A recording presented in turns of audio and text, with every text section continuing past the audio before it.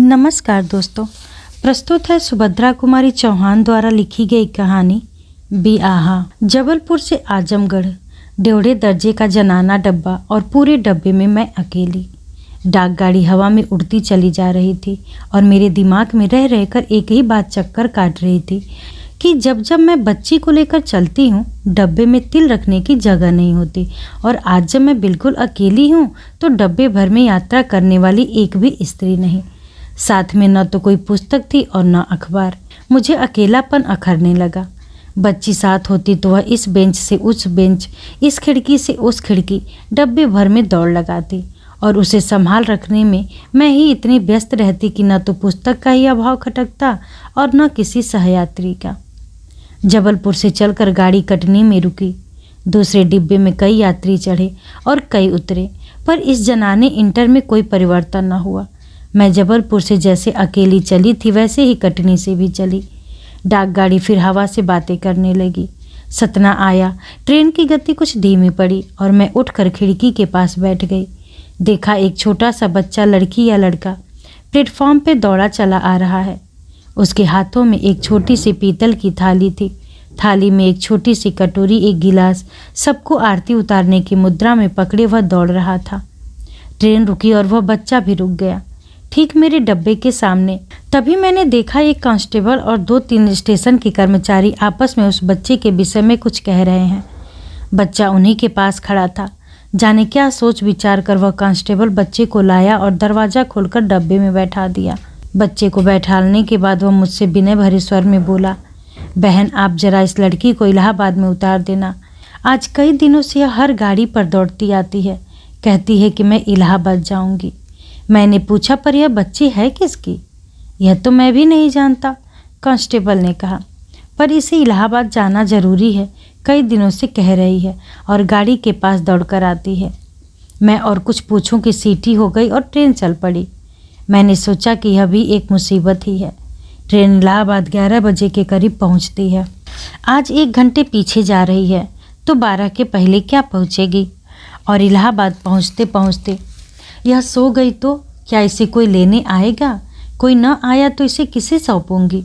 एक साथ ही बहुत से प्रश्न मेरे मन में उठे, पर ट्रेन चल चुकी थी और मेरे प्रश्नों का उत्तर देने वाला कोई न था। अब मैंने मुड़कर उस बच्ची की ओर देखा। वह बेंच पर न बैठकर नीचे एक कोने में सिमट कर बैठी थी। सामने थाली थी और थाली में वह कटोरी और गिलास। देखने में 5-6 साल से अधिक की न जान पड़ती थी। मुमकिन है इससे कुछ ज़्यादा भी हो, पर थी बिल्कुल ही बच्ची। कमर से नीचे आधी जांघ तक एक मटमैला सा कपड़ा लपेटे थी और कपड़ों के नाम से कुछ भी नहीं था। सिर के बाल लड़कों की तरह मशीन से कटे हुए थे। चेहरे पर विषाद की गहरी छाप थी और आंखों में एक प्रकार की करुणा मिश्रित गंभीरता, मानो इस छोटे से जीवन में ही उन आंखों ने कितना कुछ देख लिया है कि अब कुछ देखना शेष न रह गया हो। बच्चे स्वभाव से ही चंचल होते हैं, पर इस बच्ची की चंचलता जैसे उसके दुखों के भार में दब सी गई थी। मेरी बच्ची और इस बच्ची में कितना अंतर था। यह गढ़ी हुई मूर्ति की तरह शांत और स्थिर बैठी थी। डाक गाड़ी उसी पूर्ण वेग के साथ दौड़ रही थी। पेड़, नदी, नाले, झाड़ियाँ, हरे भरे खेत, मैदान और पहाड़ सभी विपरीत दिशा में भागते हुए दिखाई देते थे, पर वह एक तपस्वी की तरह शांत और मौन बैठी थी। मैं उठकर उसके पास गई। उसके करीब ही बैठकर पूछा, तुम्हारा नाम क्या है? राम प्यारी, मेरी तरफ बिना देखे ही उसने जवाब दिया। और तुम जा कहाँ रही हो? इलाहाबाद। फिर वही संक्षिप्त सा उत्तर मिला। इलाहाबाद? इलाहाबाद में किसके पास जाओगी? मैंने फिर पूछा, और इस बार सिर उठाकर मेरी तरफ देखते हुए उसने कहा, अपने बियाह के पास जा इतलाग है। कितने आश्वासन और विश्वास के साथ उसने कहा, बियाह के पास? तो इसकी शादी भी हो चुकी है? इतनी कम उम्र और बिल्कुल अकेली। मैंने फिर पूछा, तुम्हारे माँ बाप कहाँ हैं? मर गए, उसी विकार रहित स्वर में उत्तर मिला। मरे कितने दिन हुए? और भी तुम्हारा कोई है? 1.5 दिन भा। अस्पताल माँ बीमार रहे, वहीं मरी गई। हमार बियाह इलाहाबाद माँ बा।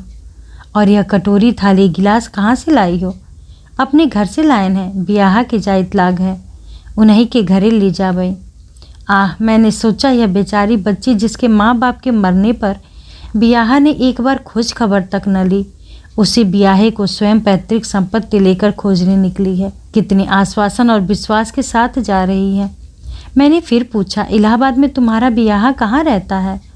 उसने फिर वही सादा सा उत्तर दिया, वहीं इलाहाबाद में रहता है। अब और मैं क्या पूछती, वह तो इलाहाबाद को भी अपने गांव सरीखा समझती थी, जहां इन्हें गिने 10-5 घर होंगे और तुरंत ही नहीं तो घंटे आध घंटे में ब्याहे का घर खोज लेगी।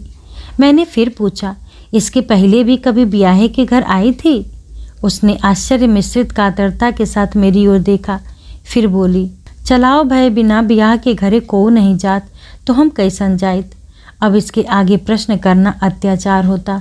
इस अदम्य और अटल विश्वास पर आघात करने का मुझे साहस न हुआ। गाड़ी उसी तेजी के साथ चली जा रही थी। ठंडी हवा तीर की तरह भीतर आकर शरीर को कपाने लगी। मैंने अपनी लंबी बाह का ब्लाउज निकालकर पहना और शाल उड़ा दी, और उसी समय मेरी दृष्टि उस राम प्यारी पर पड़ी, जो कमर तक का छोटा सा कपड़ा पहने खुली बैठी थी, पत्थर की प्रतिमा की तरह, जिसे सर्दी गर्मी सब समान है। मैंने सोचा, क्या इसे सर्दी न लग रही होगी? मेरी बच्ची साथ होती तो उसका कोई कपड़ा इसे पहनने को दे देती। अब इसे दूँ भी तो क्या दूँ? मेरे शरीर पर ब्लाउज और शॉल मुझे काटने से लगे। मैं केवल 2 दिनों के लिए जा रही थी, इसलिए कपड़े भी इन्हें गिने थे। अंत में बहुत सोच विचार के बाद मैंने तय किया कि बिछाने की चादर के बिना मेरा काम चल सकता है, और उसे निकालकर मैंने उस बच्ची को अच्छी तरह से उड़ा दिया। वह कुछ बोली नहीं, विस्मय के साथ मेरी ओर देखती भर रही। शाम बढ़ चुकी थी, कुछ भूख सी मालूम होने लगी। अब खाना भी हम दोनों ने एक साथ खाया। मैंने एक अपूर्व संतोष का अनुभव किया, ऐसा संतोष जिसमें एक आभार छिपा था। इस लड़की ने मेरे मातृत्व को क्रियाशील होने का अवसर दिया। खाना खाने के बाद कुछ देर के लिए लेट जाने की आदत है, और मैं लेट गई, कुछ उम्मीदी सी। इतने में गाड़ी फिर रुकी। यह मानिकपुर था। चित्रकूट दर्शन करके लौटने वाली स्त्रियों का एक झुंड एक साथ ही डब्बे में भर गया। मैंने पैर समेटकर 2 स्त्रियों को बैठने की जगह पैताने कर दी, पर उठी नहीं, लेटी रही। पहले तो वह आपस में ही बातचीत करती रहीं, फिर उनका ध्यान उस लड़की की ओर गया और पूछताछ शुरू हो गई। मेरे पास बैठने वाली ने मुझसे पूछा, क्यों बहन जी, यह बच्ची आपके साथ जा रही है? और मैं नहीं कह के फिर सो रही। अब सीधे उसी से प्रश्न होने लगे। क्या पूछा गया मैं तो सब सुन नहीं सकी, पर राम प्यारी को यह कहते सुना, इलाहाबाद अपने बियाह के पास जाइत लाग है। और फिर उन स्त्रियों की हंसी सुनी। मुझे फिर नींद आ चली थी। मैं सो गई। थोड़ी देर बाद बहुत शोरगुल सुनकर मैं उठ बैठी। देखा तो सामने पटिये पर बड़े बड़े अक्षरों में लिखा था, इलाहाबाद जंक्शन। सजग होकर मैंने उस कोने को देखा जहाँ राम प्यारी बैठी थी, पर वहाँ वह नहीं थी। मेरी चादर समेटकर मेरे पैताने रखकर राम प्यारी अपने ब्याहे को ढूंढने चली गई।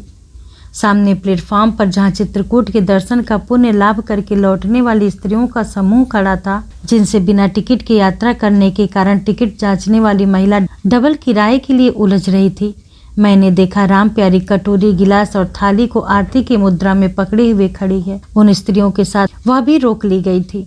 उन स्त्रियों के यह कहने पर कि वह लड़की उनके साथ नहीं है, टिकट जांचने वाली महिला ने राम प्यारी से पूछा, छोकरी तू कहाँ जाएगी, कहाँ से आई है? और राम प्यारी का था उत्तर, घर ते आयत लाग है, अपने ब्याह के घर जाप। और वह आगे बढ़ गई। मैं देखती रह गई। जंक्शन का कोलाहल उसी प्रकार हो रहा था, पर मेरे कानों में राम प्यारी का स्वर ब्याह के घर ही गूंज रहा था। क्या वह राम प्यारी का ही स्वर था? वह छोटी सी बच्ची क्या जाने ब्याहे को। ऐसा लगा कि युग युग से कोई अज्ञात वाणी, जिसे सीता और सावित्री कहते हैं, उस बच्ची के कंठ से प्रतिध्वनित हो रही थी। मैं सोच रही थी कि मैं सांसारिक बंधनों से और अभी तो आजमगढ़ के कवि सम्मेलन से न बंधी होती तो राम प्यारी के पीछे पीछे जाती, देखती वह अपने ब्याह को कैसे खोजती है। आह, यह अन्वेषण कितना सुंदर होता। पर अब तो रह रहकर एक ही प्रश्न उठ रहा था, क्या उसका ब्याह उसे मिला या नहीं मिला।